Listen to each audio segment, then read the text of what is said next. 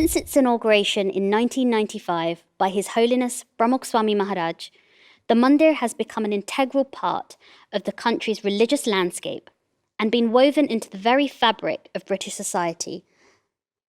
For 25 years, it has continued to serve as a place of faith, open to one and all, and as not just an internationally acclaimed building of beauty, but a place of learning, a sanctuary of peace, harmony, and a hub of community service. This year especially saw the temple play a vital service role with its network of other temples and centres around the country and even Europe.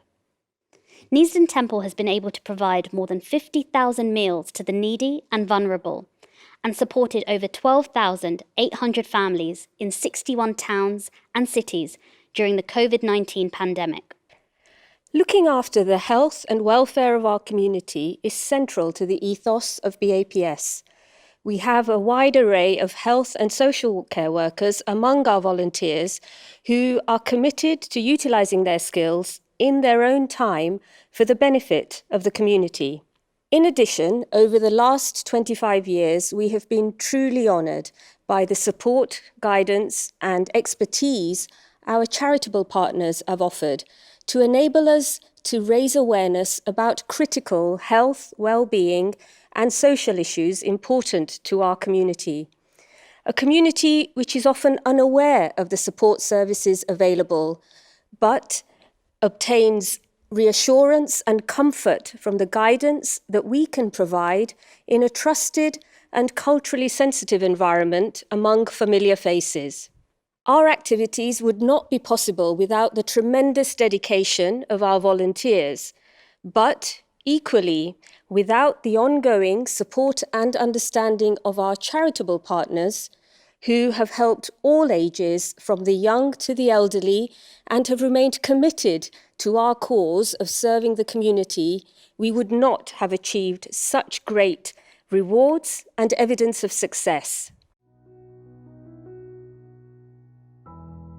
London Mandir has harnessed the efforts and collective spirit of thousands of volunteers around the UK to serve individuals, families and communities. Taken together and working alongside national and local charity partners, these initiatives have empowered individuals to contribute their time, money and resources to help create a better community, a better nation, and a better world. We worked with Age UK and Carers UK to raise awareness about supporting the elderly and their carers. With Alzheimer's Society, we help people recognise early signs of dementia and how to seek help for it. With Diabetes UK, we helped raise awareness about the signs of diabetes and how to manage it. For breast cancer care, we were amongst the first to generate a video raising awareness about the importance of screening. Working with the NSPCC, we help provide essential guidance to parents on how to keep our children safe online. With the British Heart Foundation, we raised awareness among South Asians about living with heart disease. Through Bernardo's, we supported children with severe learning difficulties. We have partnered with the Anthony Nolan Trust and Delete Blood Cancer to recruit bone marrow donors. Since 2010, we have had a nationwide campaign to raise awareness about the urgent need for both living organ donation and donation after death, making it clear that Hinduism supports both of these acts of selfless service. The endorsement from our gurus and senior sadhus has been key in strongly conveying this message to the community.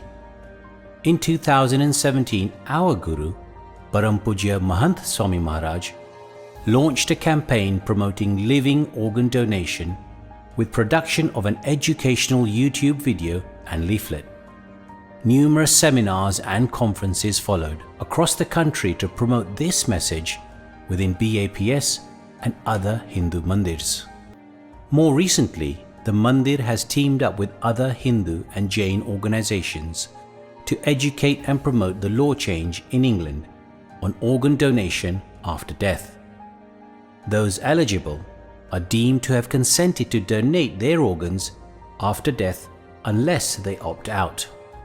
The Mandir took a leading role in producing the educational material, and the campaign was launched at an event in the Houses of Parliament.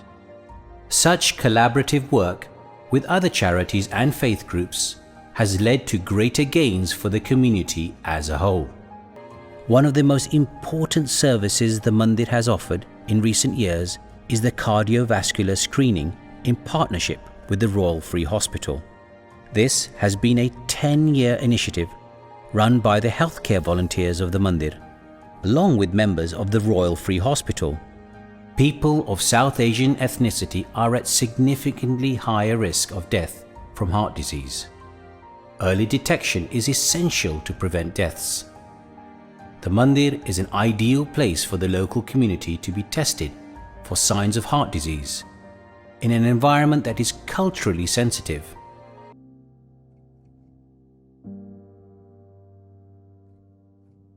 The COVID-19 pandemic has been an extremely challenging time for all of us. We have seen or heard about the devastating consequences of this virus and continue to do so. Many of us have been impacted in some way or another, physically, financially, emotionally. We asked people to share how they have felt during the pandemic. It's been a tough year for all of us. Life has felt repetitive and frustrating. It made me feel unproductive and sluggish. Very sad. Very bored. Cooped up and on edge. Worried and anxious. Isolated. Stress, overload from COVID news. Sad, lonely, bored. Depressed. I have felt anxious about the unknown, concerned about the future, and isolated from friends and family. The pandemic has undoubtedly challenged us, but it has also shown us how important it is to look after our health during these difficult times. Through this series of video presentations, we have been informed about how we can look after our health in many different ways. Today, we'll be shedding some light on how we can take care of our mental well-being. Many of us may have been familiar with some of the words that have flashed up on our screens tonight. You may have even experienced some of these emotions in the general day-to-day ups and downs of life, and this is absolutely normal. We will now look at experiences of two people on how they took care of their mental well-being during the pandemic.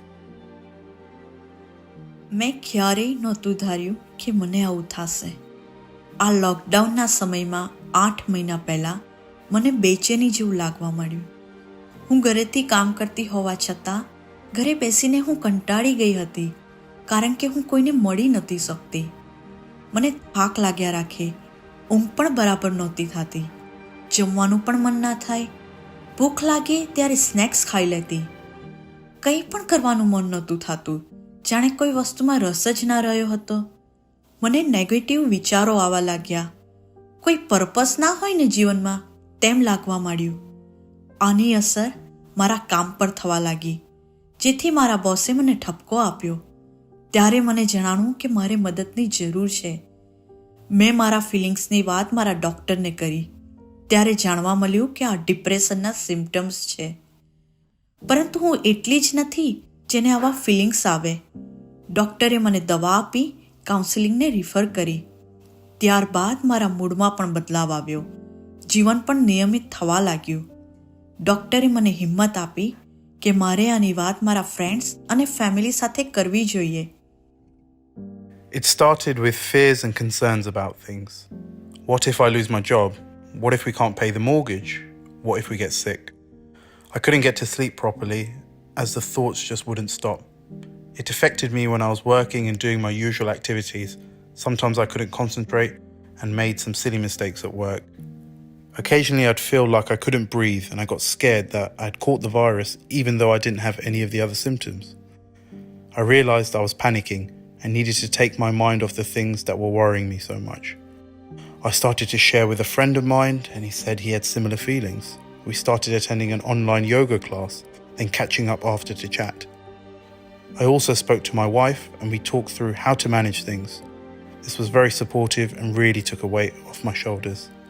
I'm learning to cope with my fears by talking about them and planning where I can to deal with issues. I know that if things get too difficult again, I can speak to my GP. What have you done to support your mental well-being during this time? I've learned how to knit. I've knitted 2 scarves so far. I have enjoyed doing more Mandir Seva and spending time with family. I've played a lot of music to support my mental health. I've been staying positive by keeping busy with drawing and making things for my granddaughter. I have started doing yoga at home. I have been doing jigsaw puzzle to keep my brain active and for relaxation. I've started doing outdoor exercise and workouts at home. I've enjoyed the fresh air whilst walking and running. Healthy cooking is my new pastime. વાંચન તથા સભાના જે બધા કાર્યક્રમો પૂજ્ય સંતોનો પ્રવચનો એ બધું હું સાંભળું છું. Experiencing varied emotions during a time of change is something we all go through. Uncertainty is particularly difficult, and this can have an impact on how we cope with different situations. Doing some of our usual activities and engaging in new ones are ways in which we can support our mental well-being. Just like diet and exercise is important for our physical health. Remember, small steps can lead to big changes. Remember that you are not alone. If you find yourself struggling, speak to your friends and family. And engaging in new enjoyable activities are all ways in which we can help our mental well-being. There are also lots of resources available online. You can log on to NHS Every Mind Matters website. Here you will find many different resources which can support your mental well-being.